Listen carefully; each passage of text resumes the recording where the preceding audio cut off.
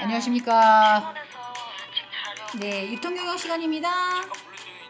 음악을 좀 크게 틀리겠습니다. 이거 무슨 노래일까요?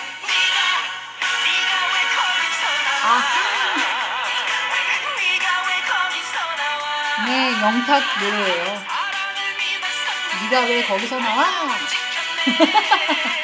자, 유통경영 시간에는 어떤 거죠?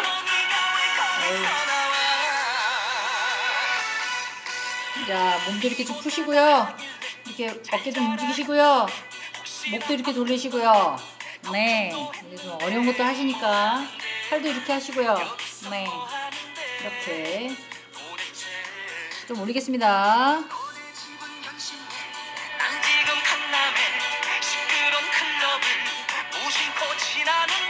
네. 안녕하십니까. 네가 왜 어디서 나와. 네, 1분만 들려드리는 거죠. 네, 유통경영 시간은 조금 힘드실 것 같다고 생각이 들어서 이렇게 노래를 또 선사하고 있습니다. 제 수업을 들으신 분들은 다른 수업에는 이거 하지 않는다 알고 계실 거예요. 분위기에 따라서 조금씩 다르기 때문에. 자, 오늘은 소매 유통의 이슈에 대해서 말씀을 드리고요. 그리고 중간고사를 어떻게 제출하실 건지 말씀을 드리려고 합니다. 지금 저희들이 성인학습자들도 그렇고 일반 사람들이 제일 많이 할 수 있는 게 소매업이에요. 그죠? 어떤 업종이냐에 따라서 좀 다르지만 고객에게 직접 서비스와 어떤 물건을 제공하고 수익을 창출하려고 하는 그런 것들이 가장 많죠. 물론 온라인 쇼핑을 주로 하시는 분들도 없지 않아 있으세요. 한꺼번에 쫙 이렇게. 그래서 이제 컴퓨터를 잘 다루시거나 이런 마케팅에 좀 능수능란하신 분들은 그런 식으로 하시는 경우도 없지 않아 있고요. 그리고 요새는 또 장 보러 가시나요 혹시? 이렇게? 전 안 갑니다. 메일로 쓱 배송 아니면 새벽 배송으로 자료를 받고 있죠.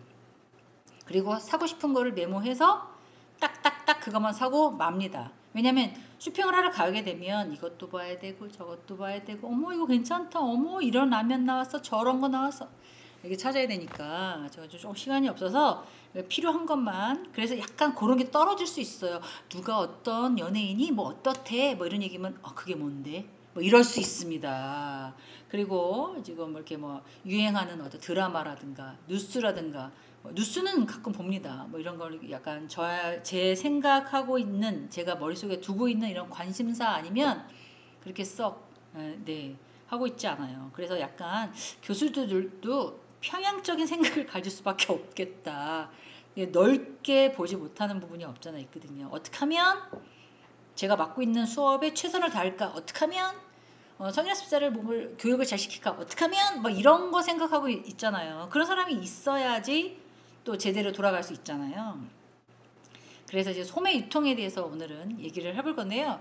이 유통업계 관계자에 따르면 온라인 쇼핑이 한 100조 이상에 맞아서 태풍을 맞이해서 유통업계를 싹 쓸고 가고 전통시장을 싹 무너뜨리게 했다라고 하도 과언이 아니에요. 저도 전통시장 엄청 좋아하거든요.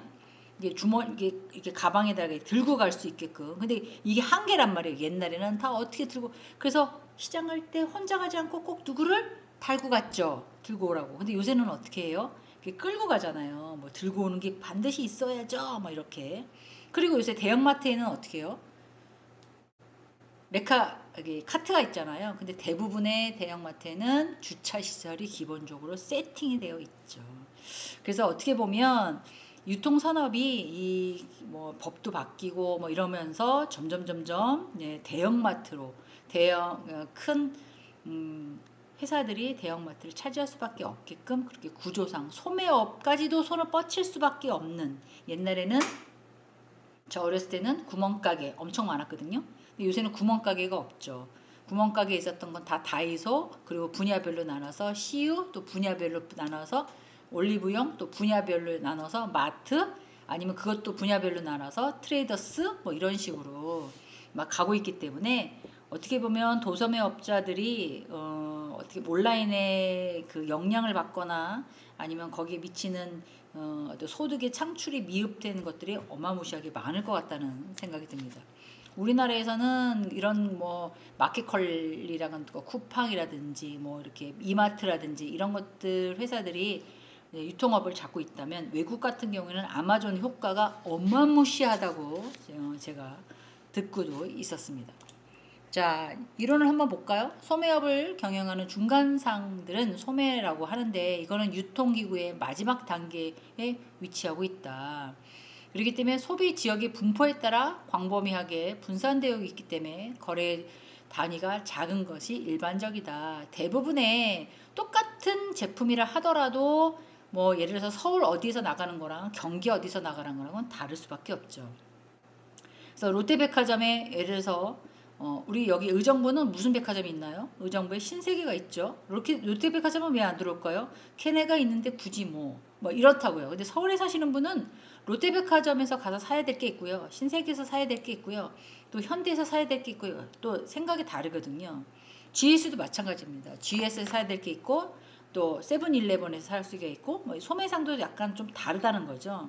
그리고 조금 더 나서 뭐 호텔도 마찬가지죠. 어디 호텔은 뭐 어떤 효과가 있고 어떤 호텔은 어떤 효과가 있고, 소비자가 원하는 거, 지금 환자들이 고통을 좀 받고 있긴 한데요. 어디 병원에 가면 어떤 암을 금방 고친다. 어디 가면 여기는 뭐가 전문이다. 뭐 이런 거 있잖아요. 그렇기 때문에 이 유통 경로에서 소비자가 가장 가까운 경로 구성원이라고도 할 수가 있죠. 그래서 약간 어떻게 보면 조금 더 친절하게, 조금 더 상품이나 서비스를 개인적인 또는 영리의 목적으로 최종 소비자, 나한테 오는 사람이 누구예요? 최종 소비자예요. 그 사람에게 직접 판매하는 거기 때문에 경로 구성원이라고 사람들은 많이 얘기를 하고 있습니다. 그래서 계속 읽어보겠습니다. 제조업이나 도매업을 위로 같이 활동하면서 소매업이 되지만 소매가 아니다. 소매는 그 매출이 주로 소매를 통해서 생기는 기업이라고 말하는데, 여기서 주로 하는 것은 연간 매출의 반 이상 소매에서 얻어지는 경우가 많다.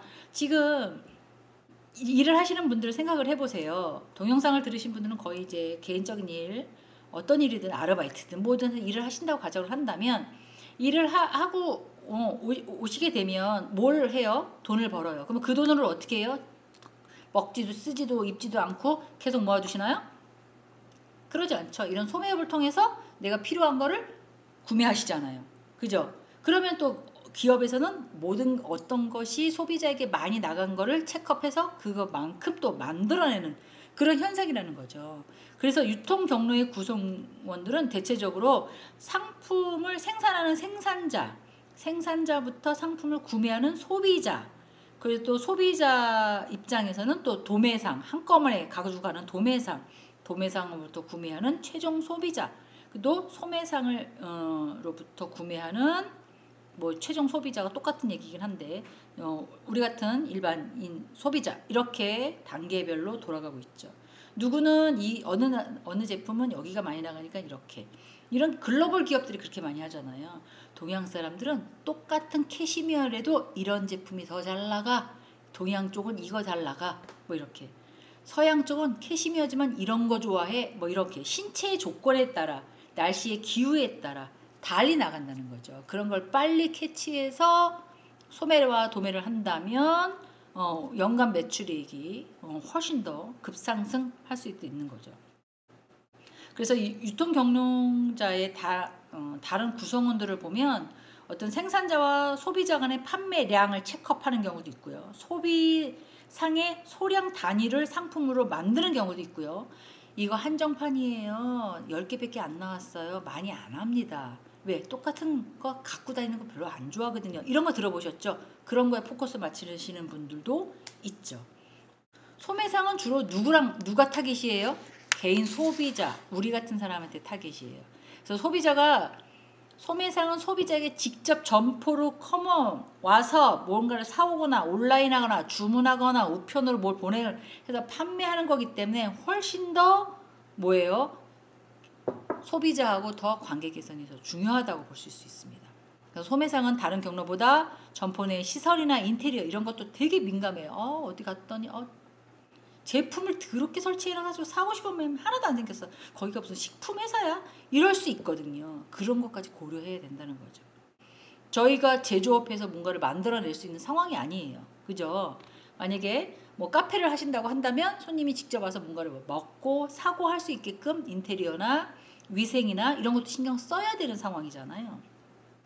그렇기 때문에 생산에 고도화된 전문성이 필요한 것이 아니라 생산 부분과 소비 부분 간에 조금 더 떨어져 있어서 소비자를 만족할 수 있게끔 커피 한 잔 시켜놓고 3시간, 4시간 있다 하더라도 뭐라고 하면 안 되지요. 카페에서는. 요새는 그게 취향이라고 그러죠. 그렇대. 그게 고착화되어 있잖아요. 아예 그냥 거기서 공부하라고 멀티탭도 갖다 놓고 전기도 쓸 수 있게끔 하고 컴퓨터도 사용할 수 있게끔 그렇게 만들어 놨는데 아 빨리 먹고 꺼져 주세요. 뭐 이런 분위기를 자꾸 조성했어요. 그럼 거기 가겠습니까? 안 간단 말이죠. 그래서 소비자는 생산의 상황이 거의 모르기 때문에 연결고리를 소비자에게 중요성을 증가하고 있다라고 적혀 있는 게 그래요. 제가 옛날에 그 어디를 갔었는데 햄버거 집이었거든요. 근데 조금 썰렁한 겨울이었어요. 근데 그 의자가 대부분 스텐이어서 차갑더라고요. 딱 여름인데도 딱 앉았는데 한기가 확 느끼더라고요. 어우 차가워. 그랬더니 그러는 거예요. 빨리 먹고 오래 앉아 있으면 좀 약간 제 체온에 엉덩이 자리가 따뜻해야 되는데 그렇지 않고 계속 차가운 게 계속 느껴지는 거예요. 그러면 앉아 있으면 앉아 있을수록 더 차가우니까 빨리 먹고 나가게 하는 그런 마케팅을 쓰는 회사들도 있었어요. 거기가 미국이었던 걸로 기억을 하거든요. 그래서 내가 야 대박이다.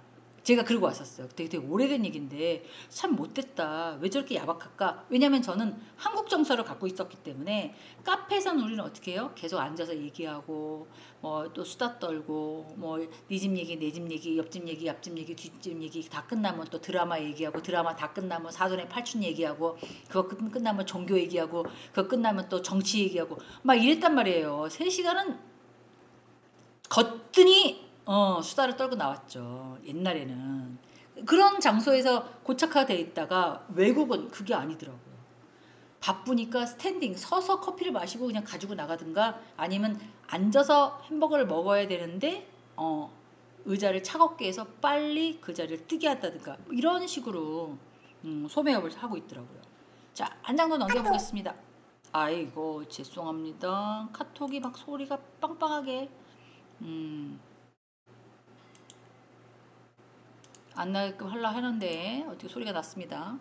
자, 이를 위해 소매업은 물적 소유의 기능을 통하여 시간의 효용과 장소의 효용을 창출하고 소유권의 이전 기능과 촉진 기능, 협상 기능, 이런 금융 기능, 위험 부담을 정보 수집 등을 수행해야 된다.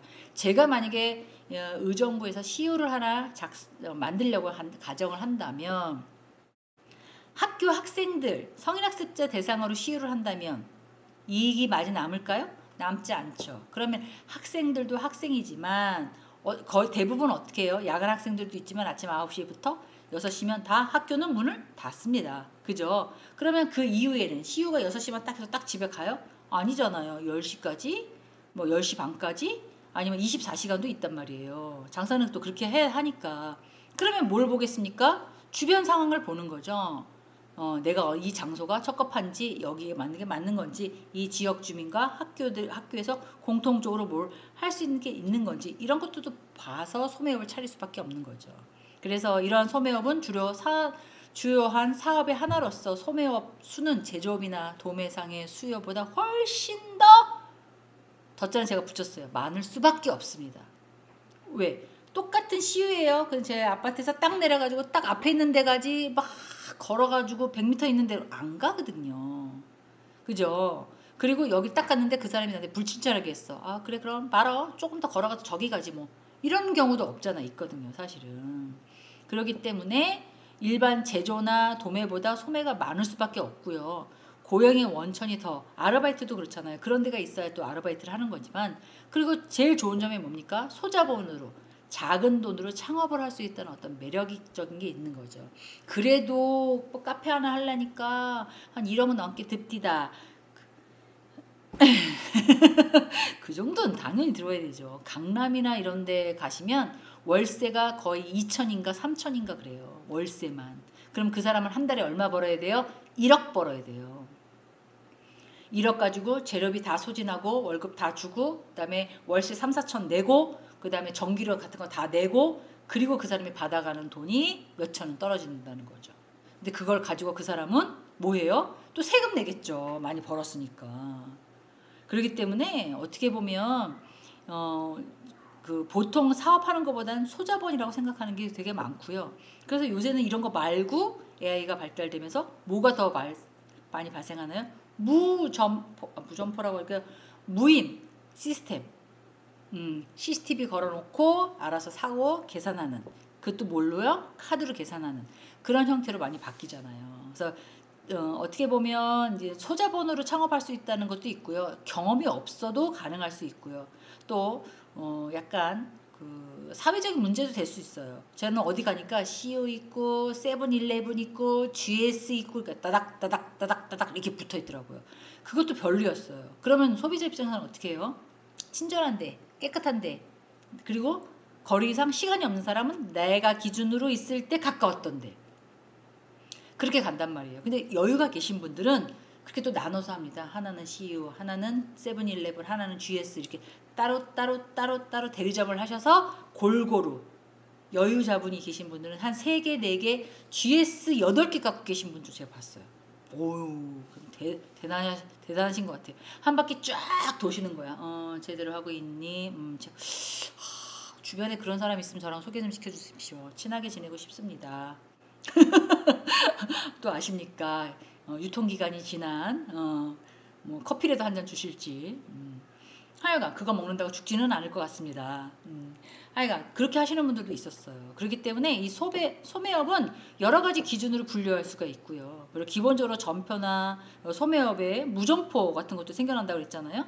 근데 이거는 무점포로 비적합한 것도 사실 있습니다. 근데 적합한 게 가장 뭐야? 빨래방.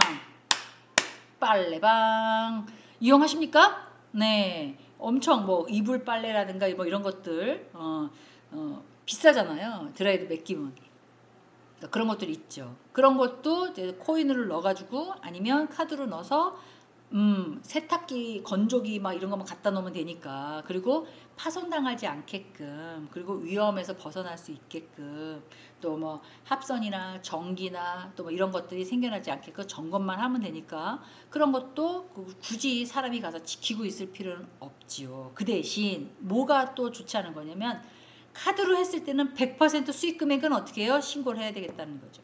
현금으로 주고받지 않고 나는 무조건 카드야. 그러면 수익 금액을 조정할 수가 없어요. 매출을 조정할 수가 없어요. 무조건 다. 그래 아싸리 깔끔하게 세금 내고 들어오는 거 맞은 만큼만 나는 벌겠어. 이런 분들이 이제 의식이 많이 바뀐 거죠. 그래서 이렇게 입지나 가격이나 구색 서비스 영업시간 이런 것들이 통합 전략에 따라서 매우 다양하게 나타내고 새로운 업태와 이런 것들이 되게 많이 생겨나고 있죠. 구멍가게에서 편의점, 슈퍼마켓에서 전문점, 백화점, 할인점 뭐 되게 다양한 걸로 지금 구분돼서 제조업이 형성되고 있다라고 보시면 될 것 같습니다. 자 보면 이제 식료품 것도 요새는 반찬만 전문으로 파는 경우도 있고요. 아침에 이렇게 약간 식사를 하시게끔 이렇게 하는 건 뭔가를 이렇게 김밥이나 뭐 이런 샐러드나 이런 거 만들어서 판매하고 12시까지만 하고 싹 문 닫고 가시는 분도 계시고요. 그렇게 약간 그리고 빵만 만드는데 식빵만 전문으로 만드는 분도 계시고요. 그리고 뭐 치즈나 어떤 것들만 뭐 간편식이라고 하죠. 그런 것만 별도로 만드시는 분들도 있고요. 막 그래서 골라 먹게 되죠. 아 오늘은 저기 가서 샐러드만 하나 사 먹어야 되겠다. 언제 돼요? 몇 시부터 가능합니다. 담아오시면 더 드릴게요. 뭐 이런 경우도 있고요. 빵 만드는 시간을 딱 알아서 오늘은 요거만 먹어야 되겠다. 뭐 이렇게. 근데 옛날보다는 조금씩 다른 그래서 업태가 새롭게 발달되는 옛날에는 없었지만 새롭게 생겨나는 그런 것들이 되게 많이 더 세분화된다고 보시면 될 것 같아요. 옛날에는 없었는데 그래서 요새 일본에는 뭐 귀 같은 거 파주고 손톱도 잘라주고 뭐 이런 게 있었는데 한국에는 그런 게 별로 없었는데 네일 아트는 들어온 지 한 10년밖에 없었잖아요. 옛날에 누가 손톱에다가 뭐 매니큐어를 칠해주고 뭐 모양을 내주고 뭐 이런 걸 했겠어요. 그것도 새로운 신업태라고 보셔도 좋을 것 같습니다. 그거 말고도 또 제가 사진 찍는 거, 요새는 어떻게 해요? 사진관에서 이렇게 사진 찍는데 딱 놓고 카메라가 여러 개 있으니까 하나 둘 셋, 하나 둘 셋, 하나 둘 셋 뭐 이러고 찍잖아요. 예. 그리고 막 쭉 인쇄해가지고 쭉 나와서 마음에 안 들면 취소 이렇게 누르고, 요새 그리고 뭐 모자 쓰고 치고 쓰고, 그다음에 막 이렇게 약간 뭐 재밌는 사진, 이렇게 약간 토끼 사진 같은 것도 찍고 막 젊은 사람들 그렇게 하잖아요. 그런 것도 새로운 업태라고 생각하시면 될 것 같죠. 옛날에 사진관이면 뭐 증명사진이나 아니면 그 여권 사진만 찍으려고 이런 사진만 찍었었어요, 사실은. 근데 요새는 그렇지 않는다는 거죠. 그리고 뭐 기념일 되면 약간 이벤트 하는 경우도 없잖아 있어요. 뭐 결혼 10주년, 결혼 20주년, 뭐 30주년, 리마인드 웨딩, 뭐 아니면 한복 입고도 사진 찍고 막 이런 것들도 있을 수 있잖아요. 요새는 이런 식으로 다양한 업체들이 되게 많다라는 거죠. 그래서 가족 중심이었던 것보다 개인적인 어떤 그 만족을 위해서 그런 어떤 편의시설이 바뀌다 보니까, 소매업이 바뀌다 보니까 이런 신업태가 많이 생겨나는 경우도 없잖아 있다라고 보시면 될 것 같아요. 밑으로 쭉 내려보면 백화점은 경영 규모와 판매액, 점포 시설 면에서 대규모의 소매점이다. 한 장소에 가서 비도 안 맞고 좋은 조명에, 그다음에 좋은 환경에 좋은 제품의 물건을 한꺼번에 볼 수 있는 거잖아요. 그래서 일괄 구매가 가능하고요. 그리고 음식 샀다가 뭐 샀다가 뭐 그 대신 이렇게 몰려 있으니까 고퀄리티도 있고 조금 중퀄리티도 있고 떨어지는 것도 없잖아 있죠. 근데 기준이 있다고 저는 생각하거든요. 기준. 근데 이게 꼭 거기만 있느냐? 그렇지는 않죠. 아울렛도 있고요. 몰도 있고요. 어마무시하게 또 막, 근데 약간 백화점보다는 몰이나 아울렛 같은 경우는 동선이 길다 보니까 많이 발품을 팔아야 돼. 많이 걸어야 돼. 그죠? 그런 차이점은 있지만 그래도 요새는 그런데 많이 가셔가지고 구경도 하고 식사도 하시고 또 영화도 보고 쇼핑도 하고 뭐 이런 시대로 많이 하고 있잖아요. 그래서 이런 직영으로 운영하는 형태의 소매점이 지금 훨씬 더 많이 생기고 있다라고 보시면 될 것 같아요. 대충 이렇게 소매를 분류해 보면 점포가 있냐 없냐 이거 먼저 따지는 것 같고요. 상품이 계열이 뭐냐, 구색이 뭐냐, 다양성이 뭐냐 이런 거 좀 따지는 것 같고요. 소유권을 누가 갖고 있느냐, 네가 직접 운영하니 아니면 회사에서 네 거 받아다 하니 뭐 이런 거잖아요. 운영의 주체에 따라서 다른 거예요. 독립적으로 소매를 운영하는 거니 아니면 체인점이니, 뭐 GS 이런 거 다 체인점 아닙니까? 거기에 로고 써야 되고요. 거기 있는 거 무조건 갖다 써야 되고요. 나 이마트에, 너가 이마트에? 아니 이마트 24시간 한다고. 뭡니까? 소매점 한다는 거잖아요. 그리고 사용 전략, 마진이 얼마냐 정해져 있어요. 이런 것들은 개인적으로 하는 거는 못 버실 때도 있고 잘 버실 때도 있고 특색이 있으면. 근데 아까 운영의 주체가 정해져 있어요. 독립적이지 않고 체인점이에요. 그럼 회전율에 따라 다르죠. 어디는 물이 너무 자주 나가. 예를 들면. 그럼 물이 계속 돌아가면 갖고 온 거 팔고 갖고 온 거 팔고 그러면 마진율이 많이 나오지만 물이 안 나가. 그런 데 있죠. 물이 안 나가. 예를 들어서. 그렇게 되면 회전율이 젖죠. 그리고 회전율이 높으면 고마진율이 생기는 거고, 회전율이 조금 저조하면 저마진율이 될 수밖에 없는 거죠. 그걸 다 누가 책임져요? 특히 우유, 식품, 빵, 뭐 핫바 뭐 이런 건 다 소매점에서 누가 다 책임져요? 업주가 책임지는 거예요. 그렇다고 누구한테 기간 경과돼서 갖다 먹어 이렇게 할 수도 없는 거거든요, 사실은. 그래서 또 하나 서비스의 수준에 따라서 또 달라집니다. 고객에게 제공하는 것들. 그래서 무슨 뭐 있으십니까? SK 뭐 적립 있으세요? 뭐 하실 거예요? 뭐 빼실 거예요? 여기 3,000원 있는데 그거 빼드릴까요? 뭐 있는데 적용해드릴까요? 막 이렇게 얘기하잖아요. 몰라. 그런 게 뭐야? 무슨 마진? 난 그런 거 필요 없어. 그냥 계산해줘요. 뭐 이러신 분도 계세요. 다른 사람은 1,000원을 어치 사면서 100원을 적립해요. 티끌 모아 태산. 그죠? 근데 복잡해. 여기 오면 뭐 이렇게 적립을 많이 하래. 몰라요. 그냥 하라고. 그런 건 난 몰라. 이렇게 하시면 안 되는 거예요. 다른 사람들은 다 1,000원을 사면서 계속 못 빼고 해서 800원에 사는데 뭔 돈이 많다고 나는 그냥 계산해요. 그런 거 모른다고. 이렇게 하시면 안 되는 거지. 그런 것도 좀 알고 계셔서 모든 포인트를 제가 아느냐 그런 건 아니지만 그런 것들을 찾아서 뭐가 좋아요? 뭐가 알아요? 뭐 어떻게 깔면 돼요? 뭐 확인해요? 미안한데 나 이거 잘 모르는데 어떻게 해야 돼요? 이렇게 배우셔야 된다는 거죠. 그리고 한번 배워서 그걸 알고 계시면 그거에 따라 디스카운트를 받으시는 거죠. 처음에는 다 모르니까 그럴 수밖에 없습니다. 자, 한 장 더 넘겨보겠습니다. 이거는 이제 파워 릴리트럴이라고 해서 리텔일러 이름입니다. 이름. 그냥 정해놓은 어떻게 하면 공동으로 해서 이 보고서 이름인데요. 시장을 지배력을 어떻게 잡을 거냐 이렇게 누가 써놓은 연구가들이 써놓은 걸 한번 얘기를 했어요. 여기에는 세계 상위급에 들어가 있는 유통업계들이 들어가 월마트 한국에서는 폭삭 망했지만 유럽에서는 엄청 유명합니다. 크로커 이것도 우리나라에서 겠죠. 코스트코 다니시나요?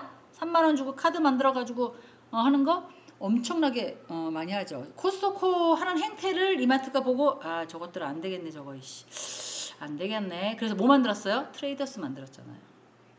그래서 전년도에서 이렇게 차지하고 있는 이런 사람들이 어떻게 하면 시장의 지배력을 꽉 잡고 있을까? 코스트코가 멀리 있는데 차 끌고 거기까지 들어가려고 줄 섰어.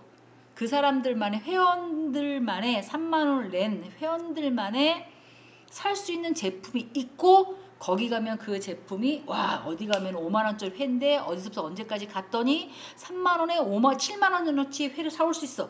뭐 이런 이벤트가 있거든요. 제가 알기로는. 근데 저도 시간이 없어서 그렇게 몇 번 줄 섰다가 허겁 놀래서 나는 안 다녀. 뭐 이런 케이스예요. 그거 하느니 나는 자료를 하나 더 봐. 뭐 이런 케이스긴 한데 장사하시는 분들은 엄청나게 많이 왜? 그렇게 해갖고 와서 10만 원에 팔아도 마진이 남으니까 기다리시더라고요. 그래서 2016년도에 파워 리테일러라는 보고서에 따라서 어떻게 했더니 전년도 매출에 비해서 얼마만큼 올랐고 그 성장이 얼마더라 라고 쓴 그런 것들이 있어요. 아마존에 대해서도 나오고요. 그래서 이런 것들이 시장 지배율에 따라서 해보니 매출이 좀씩 올라가더라. 1%, 2%, 3%가 아니라 6.9% 이상 매출의 상승률을 좀 보이더라. 그러면 지난해보다 금리도 낮고 고용시장이 안정됐어. 우리 회사가 잘 나가. 그럼 사람들 어떻게 해? 다 데리고 와서 어떻게 해요? 쫙 풀어서 데리고 있는 거죠. 그래서 아마존의 경우에는 전년 대비 23.1%.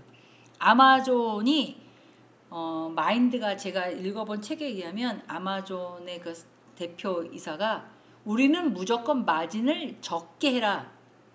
하지만 좋은 제품에 있는 것들 운송비를 적게 받고 고객이 빨리 받아볼 수 있게끔 해라. 이 전략이었어요. 그거 모티브 삼아서 쿠팡이 연락하면 오늘 아침에 연락하면 어떻게 해요? 저녁 때 오거나 내일 아침에 뛰고 와버리잖아요. 그죠? 그래서 어느 정도 그 이미지를 구축한 다음에 아마존에 하면 어떻더라. 아마존이 거의 유럽을 싹싹 쓸고 있을걸요. 제가 알기로는 포르투갈부터 시작해서 룩셈부르크부터 우리가 알고 있지 못하는 유럽이 늦습니다. 궁짝짝 한국이 그러면 걔네는 궁짝짝 이래요. 박자를 표현하면. 그걸 우리는 그래서 딱 전화해서 왜 전화 안 받아? 뭐 이렇게 빨리빨리 왜 빨리빨리 처리 안 해줘? 우리 한국 사람은 더 그렇거든요. 근데 외국 애들이 이렇게 보잖아요. 쟤네는 왜 저러고 살까? 빨리 죽고 싶은가 보다. 쟤네는 왜 저러고 살까? 저희를 한심하게 생각한다고요. 커피랑 밥을 먹을 때도 밥도 막 먹고 커피 먹고 30분에 끝나고 좋다. 이제 동영상 보자. 막 이래요. 근데 외국 사람들은 차도 먹어가매 노래도 불러가매 웃어가매 고기도 쓸어가매 2시간 앤드 1시간 반 이상 밥을 먹습니다. 그리고 서빙하는 사람도 한 번 갖다 주면 걔네들은 오래 있을 거야 라고 생각했더니 아예 그냥 신경 끄고 나갔다가 다시 와요. 근데 한국 사람은 반찬 하나 떨어져도 여기요 저기요 봐봐 이러잖아요. 성향이. 그래서 한국이 이렇게 빨리 발전할 수도 있었던 방법도 없잖아 있어요. 그렇지만 그런 만큼 스트레스도 많이 받고 또 뭐겠어요? 병도 많이 생기고 그쵸? 왜? 따라가려 하니까 힘들어서 따라가려 하니까 그런 것도 또 없잖아 있죠. 그래서 시장의 지배력도 뭐 이런 그런 게 있다 보시면 될 것 같습니다. 자, 소매업의 양극화 현상 있죠. 어떻다고 생각하십니까? 양극화. 저는 상품의 계열에 따라 좀 다르다고 생각하고요. 그리고 소매의 분류에 따라 좀 다르다고 생각합니다. 뭐 대형 할인 매장 같은 경우에는 대형마트 같은 경우에는 뭐 그렇지만 할인 매장이 백화점보다는 어때요? 떨어지겠죠. 아무래도 거기 갖고 있는 물건 자체가 제일 비싼 걸 산다 하더라도 뭐 몇 천짜리는 없을 거 아니에요. 근데 백화점엔 몇 천짜리가 있다니까요. 한 사람이어서 막 바리바리 살 들고 갔는데 100만 원어치야. 근데 한 사람이 가서 쇼핑백 딱 하나 들고 가는데 몇 천만 원짜리 가능하죠. 고급 고급 시계, 고급 보석 이거 딱 하나 잡으면 몇 천만 원이니까 다르죠. 그러면 양극화가 당연히 있을 수밖에. 이 사람은 사람이 100명 왔는데 100만 원을 팔았어. 이 사람은 사람 2명 왔는데 뭐 1억 이상 팔았어. 이런 식으로 소매업의 양극화가 현상이 있을 수밖에 없습니다. 기호에 따라 저 사람은 참 소비도 참 진짜 저런 거를 쓸데없이 저런 걸 뭐 개별 소비세 내면서 명품을 좋아한다고 이렇게 얘기하면 또 안 되는 거거든요. 왜? 그 사람은 그게 생활 패턴이야. 근데 일반 사람들은 그거 없어도 괜찮아. 불편해. 그런 게 있으면 그냥 편한 복장이 좋아. 그런 거 별 필요 없어. 이런 분도 계시잖아요. 사람의 기호나 형태에 따라 다르기 때문에 어디가 더 낫느냐 어디가 좁냐 이것도 다른 거죠. 그래서 그런 거를 이제 차리거나 이런 소매업을 차릴 때는 전반적인 상황 분석을 할 수밖에 없는 거죠. 아, 여긴 역전이니까 사람들이 많이 이동 인구가 많네. 그럼 어떤 제품이 잘 나가겠구나. 아, 여기는 좀 외지지만 주차 공간이 넓네. 그럼 어떤 걸 사람들이 이쪽으로 오게 해야 되겠구나. 차를 가지고 이런 아이디어로 또 대형 할인 매점이라든가 전문점을 만드는 거죠.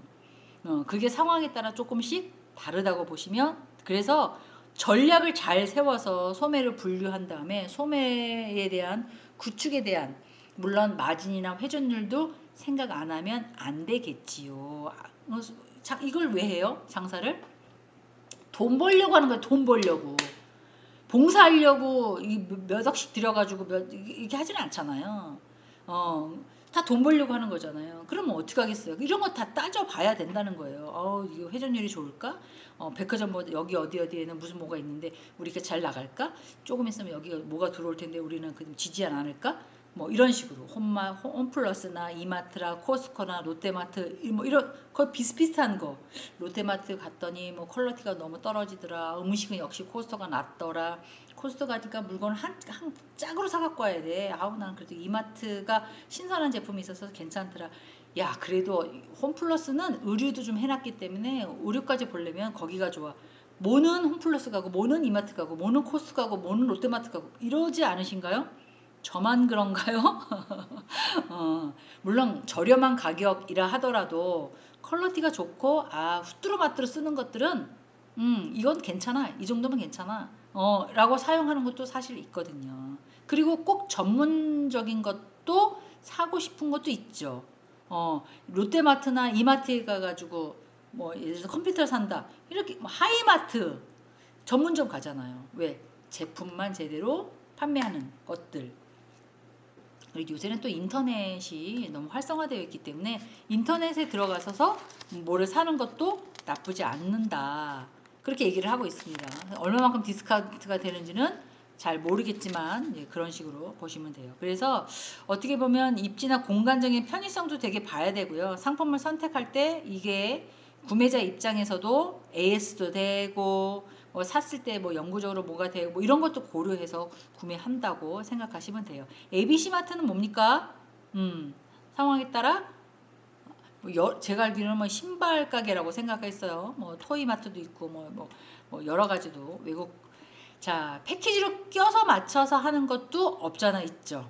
그래서 파워 소매업자들 그래서 유통 경로는 소비 수준에 따라서 경쟁에서 지배적인 위치를 확보하는 것은 물론이고 그들이 공급자들에게 대한 영향력이 더욱 커지고 있기 때문에 패키지 상품 뭐랑 뭐랑 합쳐서 뭐 이런 거죠. 생활용품을 파는 사람들은 약간 실생활에서도 사용할 수 있고 요새 캠핑 같은 게 유행하니까 거기 가서 쓸 수 있는 것도 같이 만들어내는 이것도 집에서 쓰실 수 있으면 집에서 쓰시고요.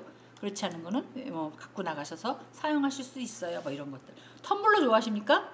물을 먹을 수 있는 거. 근데 텀블러를 꼭 가방에다 넣어 갖고 다녔었어요. 얼음도 넣어 갖고 다니고 뭐 이랬어요. 근데 불편해. 운전하고 먹을 때 다 쏟아 막.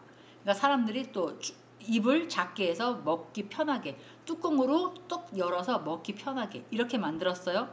그러다 보니까 그 주변에 또 때가 끼고 입이 또 작으니까 그 안에 청소가 안 돼. 그리고 또 들고 다니기가 불편하니까 위에다가 꼭지에다가 또 고리를 만들어. 되게 다양하게 지금 뭔가를 만들어내고 있잖아요. 이렇게 한 곳에서 고착화돼서 쓸 수 있는 거 말고 여러 가지 쓸 수 있는 것들을 뭉쳐서 한꺼번에 만든다는 거죠. 그래서 여기 보면 식품과 트럭 스토어 이런 것들 보면 꼭 먹어서가 맛이 아니지만 아침에 저 약간 샌드위치만 전문으로 해주는 이런 트럭 스토어 봤거든요. 근데 비싸지도 않았어요. 2,000원인가 3,000원밖에 안 됐는데 컵에다가 딱 넣어가지고 딱 싸서 한 입에 딱 먹고 딱 버릴 수 있게끔 그렇게 만들어 놓으셨더라고요.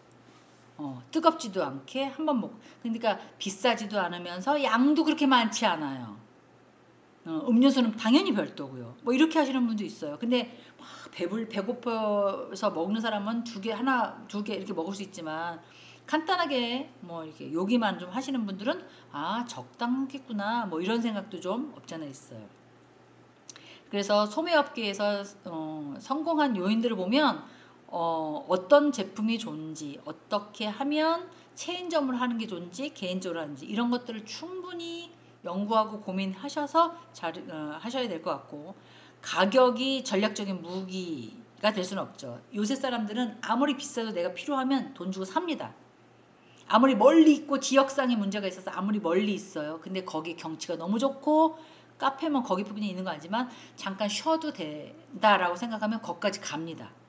요새 사람들은. 그렇기 때문에 소비자를 만족할 수 있는 어떤 제품이나 아이템을 하는 것도 나쁘지 않겠다. 제가 갔던 것 중에는 강화 어디 끝이었는데요. 사실 너무 오래돼서 기억도 안 나요. 근데 너무 꼭대기였어요, 거기가. 그래서 내가 야 이거 차로 가다가 차가 뒤집어지겠다라고 생각했어요. 겨울이어서 이렇게 고바위였는지 거기 차가 이렇게 제가 운전을 그때 안 했거든요. 이렇게 올라가는데 좀 무섭더라고요. 근데 딱 들어갔더니 꼭대기라 쫙 바다가 보이고요. 거기에 들어가서 발을 담궈요. 욕조 무릎까지만. 발을 담그는 그 비용을 내면 발을 담글 수 있어요. 그리고 그 위에서 따뜻한 차 한 잔을 먹는데 와 피로가 싹 풀리는 느낌이었어요. 커피만 시키면 얼마, 발 조교까지 하면 얼마 이렇게 금액이 적혀 있어요. 그러면 그 앞에 와가지고 사람이 이렇게 다 닦고 혹시 아로마 넣어드릴까요? 추가하면 얼만데요? 그냥 저는 맨물만 할게요. 넣어주세요. 그러면 넣어서 그리고 제한이 있죠. 그 물이 다 식을 때까지니까 차를 다 먹을 때까지 다 먹으면 일어나야 되니까 오 그거 보고 야 여기는 아이템 정말 잘 정했구나. 저는 그거 보고 차 정말 가지가지 돈 번다. 되게 오래된 얘기거든요. 한 5, 6년 전에 그런 걸 경험을 했어요. 저희 이제 자녀들이 그런 데가 있어서 한번 가보자 이래가지고 한번 이렇게 이제 돌면서 가봤는데 그렇게 하더라고요. 그래서 야 정말 대단하다. 그러니까 소매도 어떻게 보면 이렇게 그게 패키지 상품 아닐까요? 조격을 하면서 커피 먹을 거, 차 마실 거라고 누가 생각했습니까? 그냥 커피 먹고 수다 떨고 이제 집에 띡 와야 되는데 근데 멀리까지 가서 빵도 먹으면서 조격도 하면서 정말 좋은 아이템이었다고 저는 생각을 했거든요. 그런 것도 한번 소비자의 경로의 소매상의 파워를 증가시키는 어떤 역할이라고 할 수 있고요.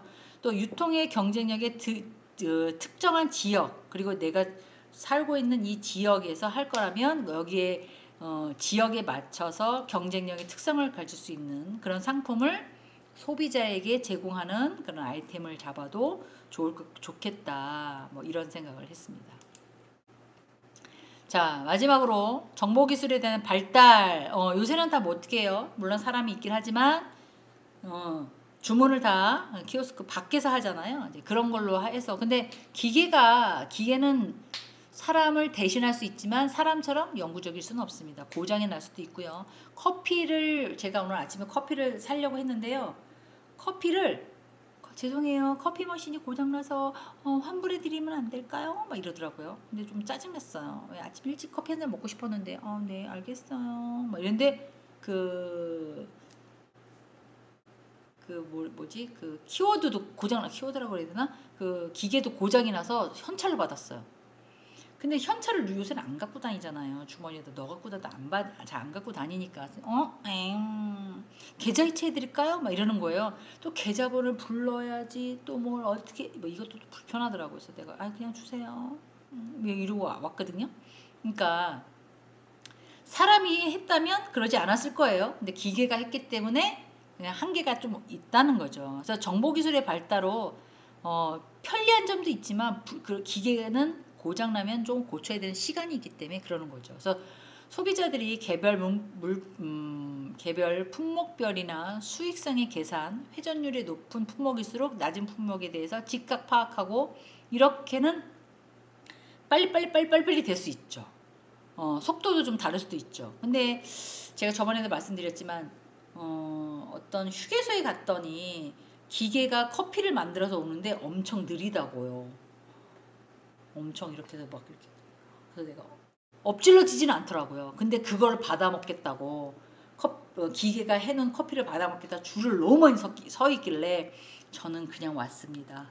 시간이 없어서 줄을 서 있지 못하고 그냥 왔지만 멀리서 바라봤을 때는 얘 커피가 이제 기계가 이제는 기계 손이 이렇게 가서 만들어서 이렇게 해서 이렇게 막 이렇게 하더라고요. 그래서 진짜 조금 있으면 지금 식당에 가면 막 이렇게 갖고 오잖아요. 자, 이걸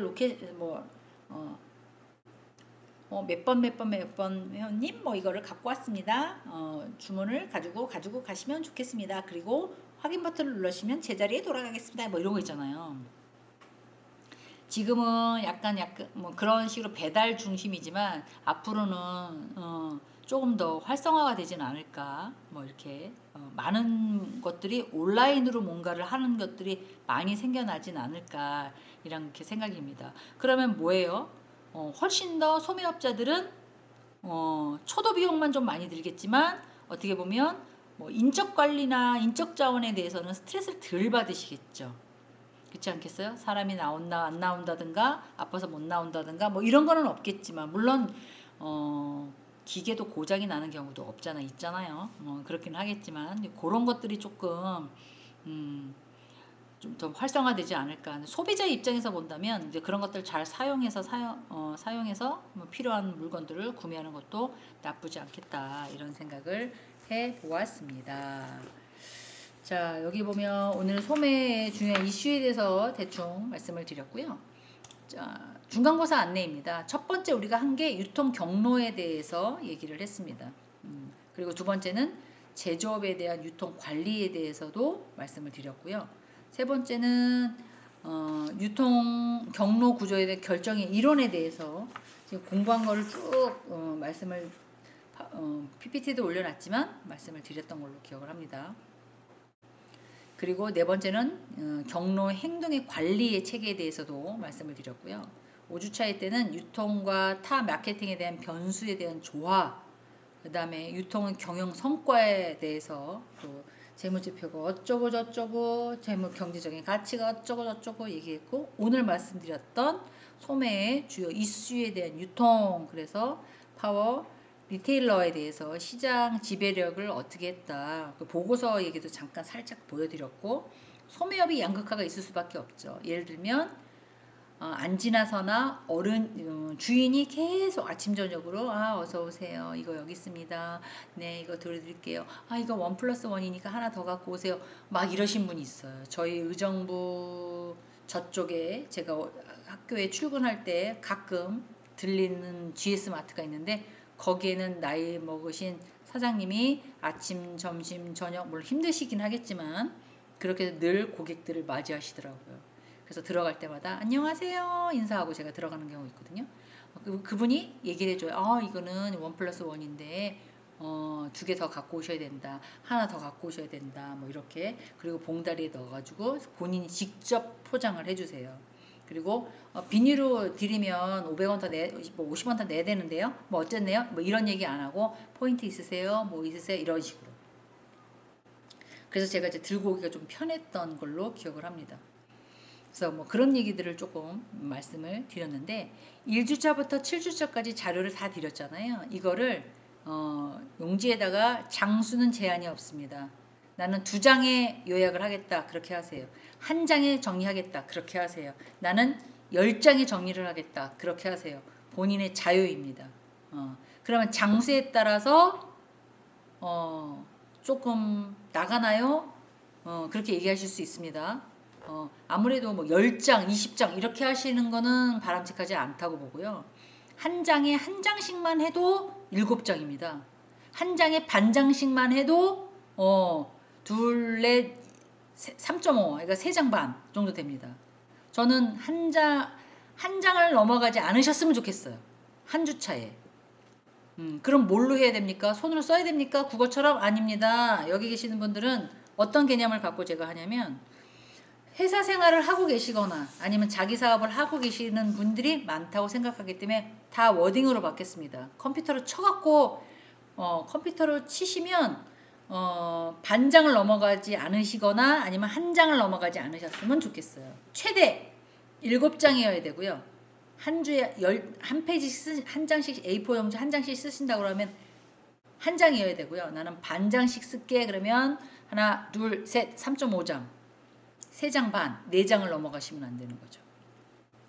그렇게 해서 이제 얼마만큼 잘 요약을 해 갖고 오시냐에 따라서 중간고사 과제로 대체를 하겠습니다. 그럼 다 워딩이라고 말씀드렸죠? 그 워딩이 뭐예요? 이렇게 보시면 컴퓨터로 작성을 하셔야 된다 이 말씀이시죠. 국어처럼 국어도 듣고 뭐 이렇게 드시는 분이 있는데 국어처럼 쓰시는 건 아니에요. 다 워딩 작업을 하셔야 됩니다. 컴퓨터로 치셔야 돼요. A4 용지 딱 열어서. 그리고 나서 다 치셨어요. 요약을 하셨어요. 1주차 유통 경로에 대한 요약 이래가지고 요약이 맞나? 유통 경로에 대한 의의와 기능인데 제가 요약이라고 적었네요. 유통 경로란 뭐뭐뭐뭐다 뭐뭐 어떻다 뭐 이런 식으로 2주차, 3주차, 4주차 이렇게 7장을 워드로 치셔야 한다고 말씀을 드렸어요. 근데 그 장수를 한 장을 넘어가시면 안 됩니다. 최대한 많이 쓰실 분들은 7장을 넘어가시면 안 되고요. 한 장에 반 장씩 쓰실 분은 4장 반을 넘어가시면 안 됩니다. 그러면 5장은 안 되나요? 6장은 안 되나요? 괜찮습니다. 그러니까 4장에서 7장 사이에 중간고사를 마무리 하셔야 돼요. 제가 지금 이 유통경로 들으시는 분 잠깐만요.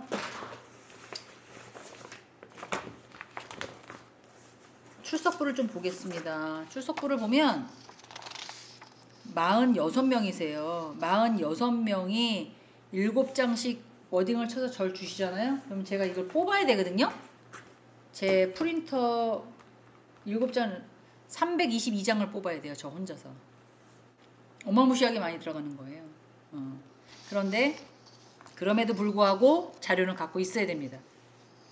왜요? 교육부에서 유통관리 누구는 A고 누구는 B인데 이건 어디서 줬니? 라고 물어보면 저는 이렇게 줬습니다. 라고 보여드릴 수밖에 없고요. 이거 보관이 거의 5년 정도는 해야 되거든요. 그래서 저는 갖고 있을 수밖에 없어요. 여기 보면 김명진 님도 제가 다 알고 김채원, 백지원, 뭐 김오영, 김재인 님, 서경수 님, 선든남, 이정희 님 이분들 다 제 수업 주말 수업 들으셨던 분들이라 잘 아실 것 같고 오수정 님도 학교 일 하시는 분이고 서두섭, 김영 이런 분들 다 지금 2학년들은 제 수업을 다 들으시는 분들이라 그냥 하시면 될 것 같고요. 나머지 1학년 분들은 워딩을 해서 웬만하면 메일로 보내시는 걸로 해 주셨으면 좋겠다. 메일은요. 메일 주소는 네이버 컴입니다. 그 워딩을 하실 때 1강, 2강, 3강, 4강 이렇게 하시잖아요. 학번, 이름 반드시 기재하셔야 되고요. 메일 보내실 때도 학번, 이름 반드시 학과까지 기재를 하셔야 됩니다. 그리고 뭐 예를 들어 유통관리 듣는 누구입니다. 무슨 수업 중간고사 안내문 제출합니다. 요약본 냅니다. 뭐 이렇게 적어 주셔야 어마무시한 분이 메일을 보내고 있습니다. 기초 컴퓨터부터 시작을 해서 그 국어 들으시는 분은 80명이고요. 너무 많은 분들이 지금 제가 동영상을 엄청 많이 찍거든요. 막 정신이 하나도 없어요 지금. 그러니까 꼭 이름하고 이런 걸 안 적으시면 제가 찾아낼 수가 없어요. 옛날에는 한 20명 되고 30명 되니까 찾아가지고 아 이분이 안 쓰셨구나, 이분이 이름 안 적었구나 이렇게 했는데 이번에는 그렇게 못하고요. 없으신 분들은 제일 밑에 점수 드릴 거예요. 제일 낮게 드릴 거예요. 어쩔 수 없이. 어마무시하게 잘 써갖고 오셨지만 이름이 없어. 저 엄청 잘했는데 왜요? 이름하고 학번을 안 쓰셨어요. 어머 야박해. 그거 안 썼다고 그렇게 해요? 네. 그래야 됩니다. 시험 보러 들어가셔서 이름하고 안 쓰면 빵점인 거예요. 수능도 그렇습니다. 알고 계셔야 돼요. 꼭. 그래서 결론은 뭐예요? 라고 해주시면 중간고사 과제물 쓰실 때 학번, 학과, 이름 꼭 쓰셔야 되고요. 메일 보내실 때 학번, 학과, 이름 꼭 쓰셔야 되고요.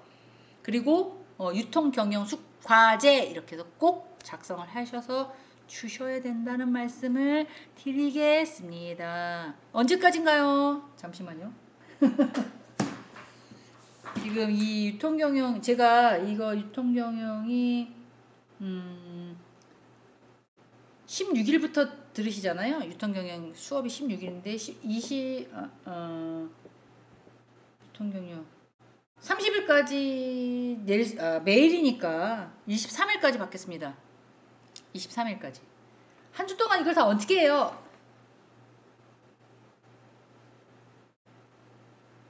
그래요. 30일까지 받겠습니다. 30일까지 받겠습니다. 선생님들 이거 저 혼자 동영상 찍으면서 제가 북치고 장구치고 하잖아요. 근데 저 가만히 듣고 계시잖아요. 아유 수행수한다 생수한다 이러실 수도 있겠다는 생각이 들어요. 30일까지 정리정돈 하는 걸로 하겠습니다. 언제까지요? 시험은 언젠데요? 이건 23일날 과제인데요. 16일날 보실 수 있도록 동영상을 열어놓을 거고요. 그리고 직장 다니신다고 가정하에 30일까지 제출하는 걸로 하겠습니다. 네. 무슨 노래예요? 네가 왜 거기서 나와? 네. 자, 한 주 동안 잘 지내시고요. 너무 커서 또 말이 안 나오네. 네. 한 주 동안도 잘 지내시고요. 왜 유통경은 이런 식으로 어쩔 수 없습니다. 어쩔 수 없습니다. 제가 어거지를 시키는 게 아니에요. 여기 있는 거 요약을 하셔도 좋고 다른 거 좀 들여다보셔도 좋겠습니다. 시간이 오버되고 있습니다. 저는 괜찮은데 들으시는 분 짜증날 수도 있어. 네, 감사합니다.